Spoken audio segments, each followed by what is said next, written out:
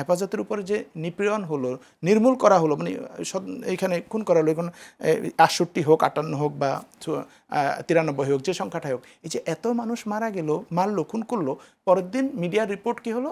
প্রথম আলো বলল যে মতিঝিলের সব গাছগুলো হেফাজতরা কেটে ফেলেছে, গাছ ধরে কান্নাকাটির অবস্থা আমাদেরকে। বিবিসি রিপোর্টও এই ডিনায়াল মোডের মধ্যেই, কারণ আমরা এই সবগুলো মিডিয়া মিলে বাংলাদেশের ফেসিবাদকে অ্যাম্প্লিফাই করেছে।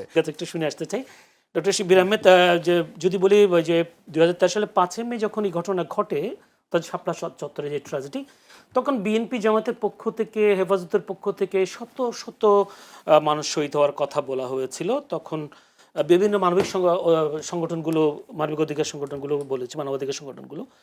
কিন্তু এখন যা প্রসিকিউশন বলছে ৫৮ জন, আবার যদিও হেফাজতের পক্ষ থেকে ৯৩ জন শহীদ হয়েছেন, এরকম কথা বলছেন।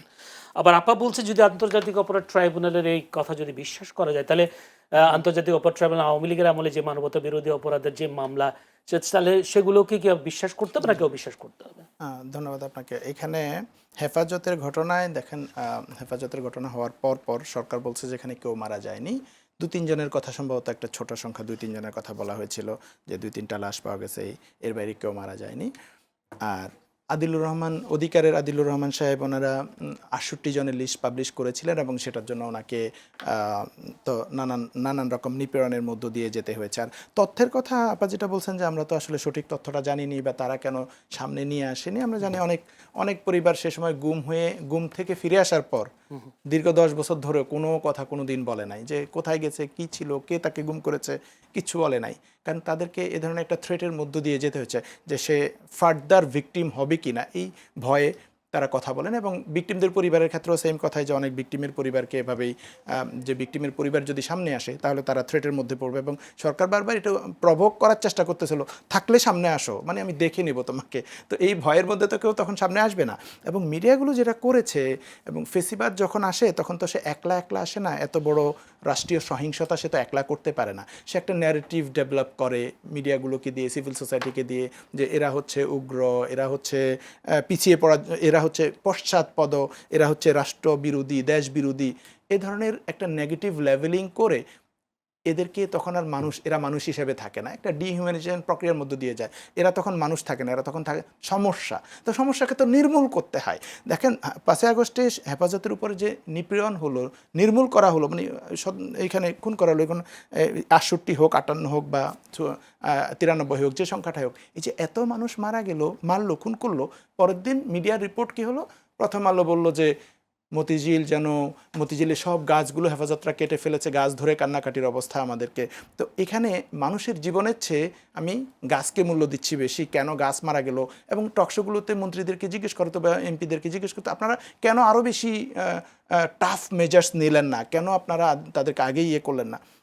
হেফাজত তাদের পলিটিক্যাল রাইটস, যেটা আমাদের কনস্টিটিউশন স্বীকৃত, যে সভা সমাবেশ করার অধিকার, তাদের সে অধিকার প্রয়োগ করতেছিল, তাদের অধিকার এনজয় করতেছিল। একই সময়ে শাহবাগেও ওই জটলা ছিল, এখানেও ছিল, কিন্তু এক জায়গায় সরকার বিরিয়ানি খাওয়াচ্ছিল, আরেক জায়গায় এসে বুলেট মারতেছিল, বুলেট দিয়ে আপ্যায়ন করতেছিল।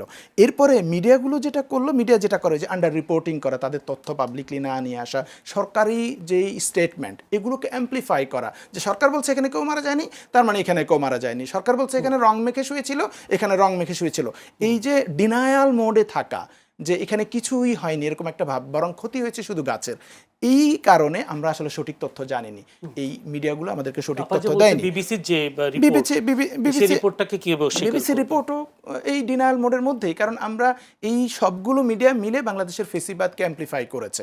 আমরা দেখেছি নানান সময় তারা ফেসিবাদকে নানাভাবে ফেসিলিটেট করেছে, অ্যানাভল করেছে। তো এখন এই যে এই এত বড় একটা মানবাধিকার লঙ্ঘনের ঘটনা ঘটেছে রাষ্ট্রীয় সহিংসতার মধ্য দিয়ে, এই একটা পুরো গ্রুপকে, এটার তথ্য আমরা সঠিকভাবে জানিনি, এটার বিচার হয়নি, এবং বিচার প্রক্রিয়ায় কোনো ধরনের অগ্রগতিও তৈরি হয়নি, বিচার করার আগ্রহ প্রকাশ করা হয়নি, আমাদের মিডিয়া থেকেও এটা দাবি করা হয়নি যে বিচার করা দরকার, বরং বলা হচ্ছে এই যে গাছ কেটে ফেলা হয়েছে এইটার বিচার করা দরকার। এই কারণে আমরা আসলে বিচারের জায়গাটা দেখিনি।